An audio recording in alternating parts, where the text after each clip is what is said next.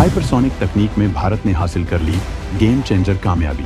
Solid fuel ducted ramjet engine बनाकर भारत ने रच दिया इतिहास। अब बेहद लंबी दूरी की हाइपरसोनिक मिसाइलें बनाकर दिखाएगा ताकत। दोस्तों, भारत ने हाल में ही हाइपरसोनिक मिसाइल का सफल परीक्षण करके पूरी दुनिया को अपनी मिसाइल तकनीक का दम दिखाया है। लेकिन भारत के कदम यहीं रुकने वाले नहीं हैं।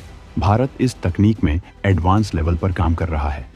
भारत का मकसद है लंबी दूरी की हाइपरसोनिक मिसाइल तैयार करना। इसके लिए उसने solid fuel ducted ramjet engine तैयार किया है, जो किसी मिसाइल को भयंकर स्पीड देने की क्षमता रखते हैं। भारत ने इस इंजन का सफल परीक्षण कर लिया है। इसके जरिए अब लंबी दूरी की एयर टू एयर मिसाइलें तैयार की जाएंगी। ये हाइपरसोनिक क्षमताओं को मजबूत बनाने की दिशा में बहुत बड़ी कामयाबी है। तो आइए जानते हैं कि इस मिसाइल तकनीक का भारत को क्या फायदा होने वाला है। वायुसेना के विमानों को हाइपरसोनिक मिसाइलों से किया जाएगा लैस। हवाई जंग में दुश्मन नहीं कर पाएगा भारतीय विमानों का मुकाबला। इस वीडियो में सबसे पहले हम आपको ये बताएंगे कि solid fuel ducted ramjet engine का भारत को क्या फायदा होगा। इसके बाद हम आपको ये भी बताएंगे कि भारत मिसाइल तकनीक में अपनी क्षमताएं बढ़ाने के लिए क्या-क्या जद्दोजहद कर रहा है। मिसाइलों की तकनीक में हाइपरसोनिक तकनीक ही थी जो भारत के पास नहीं थी, लेकिन भारत ने कुछ वक्त पहले ही हाइपरसोनिक मिसाइल का परीक्षण करके इस कमी को भी खत्म कर दिया है। भारत ने जिस हाइपरसोनिक मिसाइल का कामयाब परीक्षण किया है वो एक एंटी शिप मिसाइल है, जो शुरुआत में ऊंचाई तक जाने के लिए बैलिस्टिक मिसाइल का इस्तेमाल करती है। इसके बाद ये हाइपरसोनिक स्पीड से दुश्मनों को तबाह कर देती है। भारत की मिसाइल 1500 किलोमीटर की रेंज में तबाही मचा सकती है, लेकिन भारत इस तकनीक में एडवांस लेवल पर काम कर रहा है। भारत हाइपरसोनिक ताकत का इस्तेमाल अपनी वायुसेना में भी करना चाहता है। इसके लिए वो लंबी रेंज की एयर टू एयर मिसाइलें तैयार कर रहा है। इसके लिए solid fuel ducted ramjet engine की जरूरत होगी और भारत ने इस तकनीक में कामयाबी हासिल कर ली है। ये इंजन ठोस ईंधन का इस्तेमाल करता है। भारत अस्त्र 3 मिसाइल बना रहा है। इसमें इस इंजन का इस्तेमाल किया जा सकता है। इसकी रेंज 350 किलोमीटर तक हो सकती है। आसमान में इतनी रेंज की मिसाइल से लैस विमान दुश्मनों के लिए मौत का सामान साबित होंगे। इससे भी लंबी दूरी की मिसाइलें तैयार की जा सकती हैं। भारत इस इंजन के जरिए रूस की ओरेशनिक जैसी मिसाइलें भी तैयार कर सकता है। इसके लिए भारत को कुछ और तकनीकियों का विकास करना होगा। रूस की ओरेशनिक 4000 डिग्री सेंटीग्रेड की गर्मी पैदा करती है, जिससे लोहा भी पिघल जाता है और न्यूक्लियर हथियार की तरह ही बर्बादी होती है। ये MIRV तकनीक से लैस है और 5000 किलोमीटर की मारक क्षमता रखती है। भारत अपने इस नए रैमजेट इंजन की मदद से ऐसी मिसाइलें तैयार कर सकेगा जिसकी भयंकर स्पीड को रोकना नामुमकिन होगा। हाइपरसोनिक तकनीक में बड़ा खिलाड़ी बनने के लिए भारत पूरी तरह से तैयार है और इस इंजन की कामयाबी भारत के मकसद के लिए मील का पत्थर साबित होने वाली है। आज भारत के पास निर्भय के तौर पर सबसोनिक क्रूज मिसाइल है, ब्रह्मोस के तौर पर सुपरसोनिक क्रूज मिसाइल है और हाइपरसोनिक मिसाइल भी उसने तैयार कर ली है। बैलिस्टिक मिसाइलों को बनाने में तो उसने बहुत पहले कामयाबी हासिल कर ली थी। इस तरह से भारत मिसाइल तकनीक में बेहद ताकतवर हो चुका है। अग्नि 5 को माना जाता है भारत की सबसे ताकतवर ICBM। भारत अब तैयार कर रहा है अग्नि 6 और सूर्य जैसी घातक मिसाइल।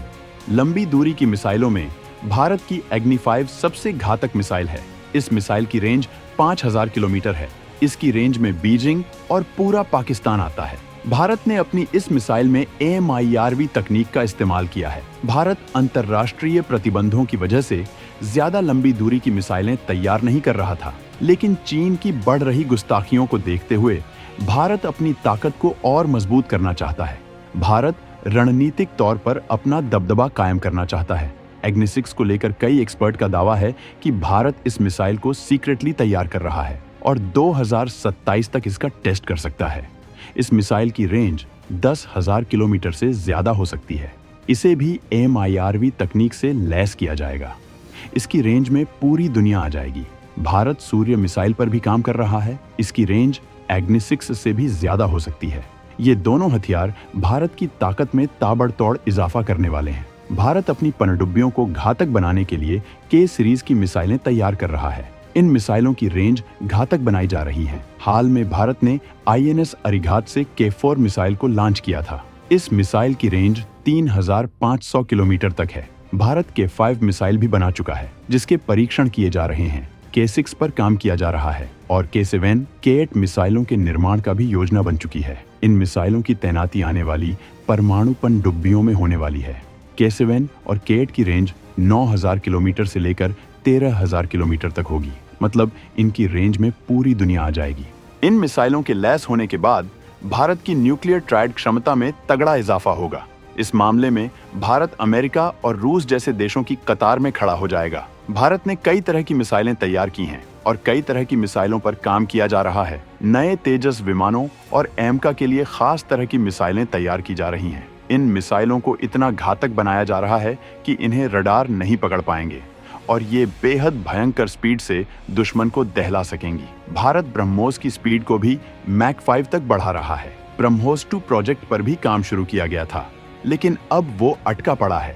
ब्रह्मोस 2 से पहले भारत ने खुद के दम पर हाइपरसोनिक मिसाइल बना डाली है।